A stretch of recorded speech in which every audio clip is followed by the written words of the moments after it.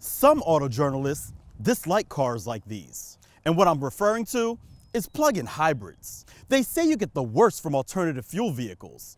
Heavyweight from the batteries, not that much range because the batteries are too small, additional complexity of the system itself, stuff like that with few of the positives. And while those are all good points, I disagree. I think that as long as your commute is short enough, you may never use a drop of gas, while having the peace of mind to go as far as you want, whenever you want. I'm Chris from AutoAcademics, and this is the 2025 Mazda CX-90 plug-in hybrid electric vehicle. Now mind you, auto journalists' dislike for plug-in hybrids is not a Mazda thing. Those that don't like PHEVs don't like any of them, no matter what the brand is. I guess I see the glass more half full than half empty, and I'll do my best to show you why. As mentioned, our tester this week is a rhodium white 2025 CX-90 PHEV Premium Plus. The only option is the white paint for $595, and while this particular trim is a bit pricey at $60,000, the CX-90 does have a base price of just $38,040, which is a good deal for this type of capability, if you ask me. The CX-90 can carry up to 8 passengers, and while I prefer the dimensions of the slightly smaller CX-70, this still looks good. No matter which trim of the plug-in hybrid you get, they all have LED lighting front and rear, and heated side mirrors. This Premium Plus adds mirrors that power fold, and the rain-sensing wipers have a windshield wiper de-icer. Other exterior features include 21-inch alloy wheels, aluminum roof rails, body-colored rear roof spoiler, and hands-free power liftgate.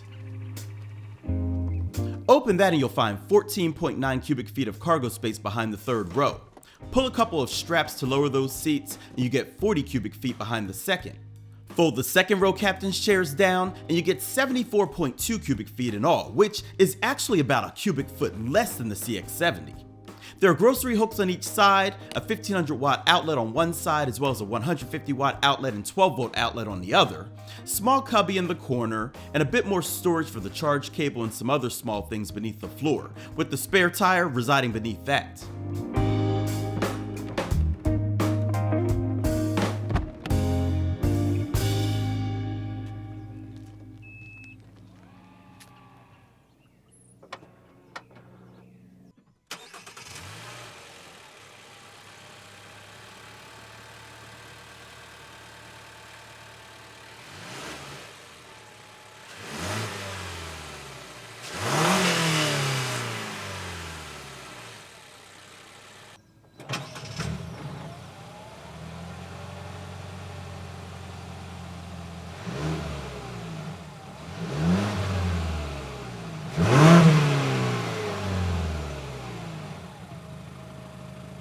Because this CX-90 is a plug-in hybrid, it's powered by both an eSkyactiv G 2.5-liter 4-cylinder engine and a 68 kilowatt electric motor that together with the 17.8 kilowatt-hour battery make a combined 323 horsepower and 369 pound-feet of torque.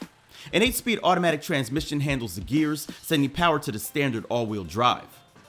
The CX-90 comes with a portable charger and takes about 9 hours 50 minutes to go from 0 to 100% via 120 volt level 1 and 20 to 80% in 6 hours and 40 minutes. Level 2 240 volt of course is much faster, getting you from 20 to 80% in just 1 hour 30 minutes.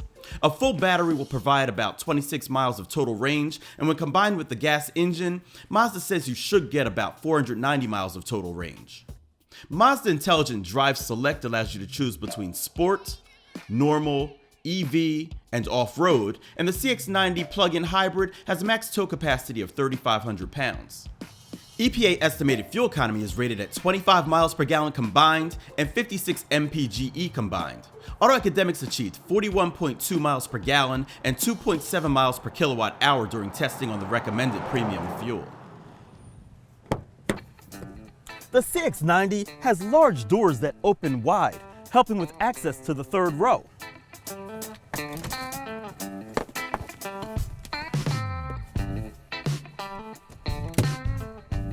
The large doors only help but so much though, because you're still climbing into a third row.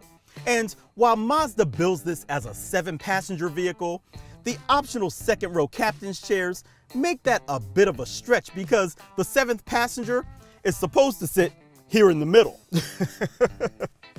You do, however, get plenty of cup holders as well as USB-C charge ports too.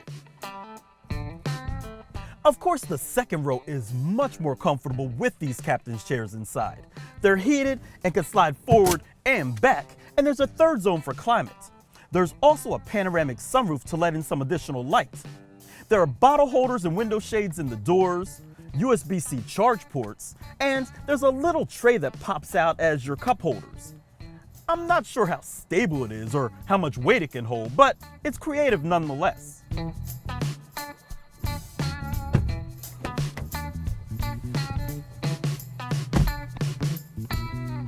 The cabin of this CX-90 has a dark yet businesslike motif made up of black leather with brown accents and some silver trim throughout.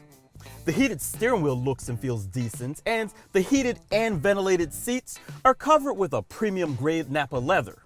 If you plan on having multiple drivers, there's 2-position memory, and there are plenty of buttons for your most used features. The dash and infotainment displays are 12.3 inches each, but touch functionality works only with Android Auto or Apple CarPlay, both of which are wireless. All other functions must use Mazda's tried and true dial. Other interior features include 8-way power driver and passenger seats, paddle shifters, 3-zone climate control, Mazda navigation, Sirius XM with 3-month trial, frameless auto-dimming rearview mirror with HomeLink, 360-degree camera, Mazda connected services, a large head-up display, and plenty of power ports. There's a wireless charger, and the Bose stereo sounds really good with bright highs and strong bass. Safety and security features include frontal, knee, curtain, and side airbags, blind spot monitoring, lane departure warning system, driver attention alert, rear seat alert, traffic sign recognition, cruising and traffic support, smart brake support, lane keep assist, front and rear parking sensors, emergency lane keeping, along with road keep assist, blind spot assist, and head-on collision avoidance assist. And then there's also Mazda radar cruise control, smart brake support rear, and front and rear cross traffic alert with braking.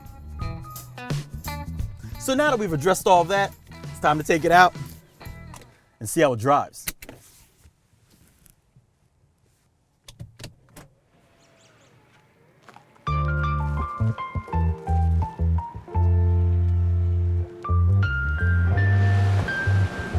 I reviewed the CX-90 prior to this, so if you haven't seen that review, be sure to check it out.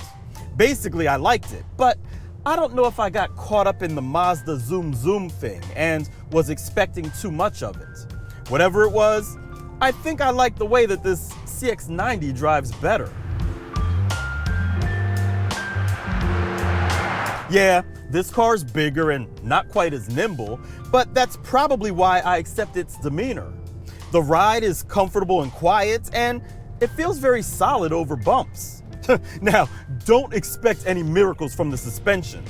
It's not adaptive, and this vehicle is fairly heavy, but you can expect it to do a decent job with what it's got, making this a comfortable cruiser.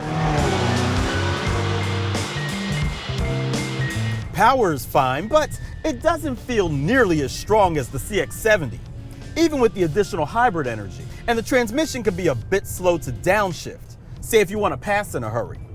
During that time, the engine typically turns on too, and can sound a bit coarse as it attempts to meet your needs. But the turning radius is tidy, the brakes work well, the cabin is quiet, and visibility is good.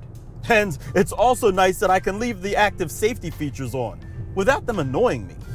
Overall, the driving experience is very nice. Now, because this is a plug-in hybrid, you can drive for a while using only the battery, as long as there's enough juice. I observed around 25 miles of electric-only range and could easily drive over 40 miles an hour without the engine coming on. I literally had to floor it before it did. So if your commute is less than 25 miles a day, you may never use a drop of fuel. And the nice part is, it all works fairly seamlessly and automatic. Although you can manually select the engine to stay on. Say if you're cruising on the highway where you get higher efficiency. Then save your battery for stop and go driving around town.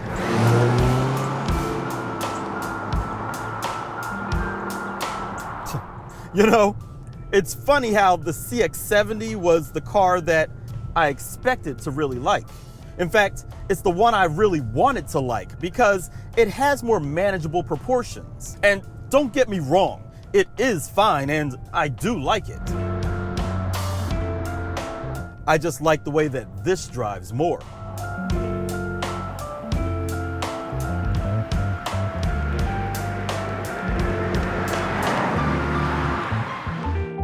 So, I do agree, plug-in hybrids are heavier than ICE vehicles, don't go as far on battery alone as EVs, and are relatively complex, adding cost.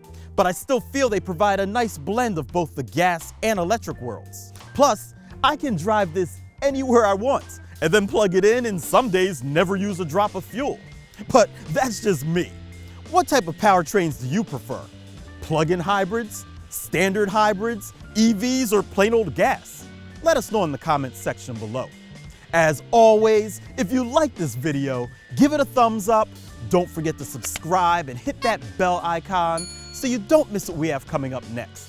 I'm Chris from AutoAcademics. Thanks for watching. You do, however, have plenty of cup holders as well as USB-C charge ports too. Ooh, that wind is strong.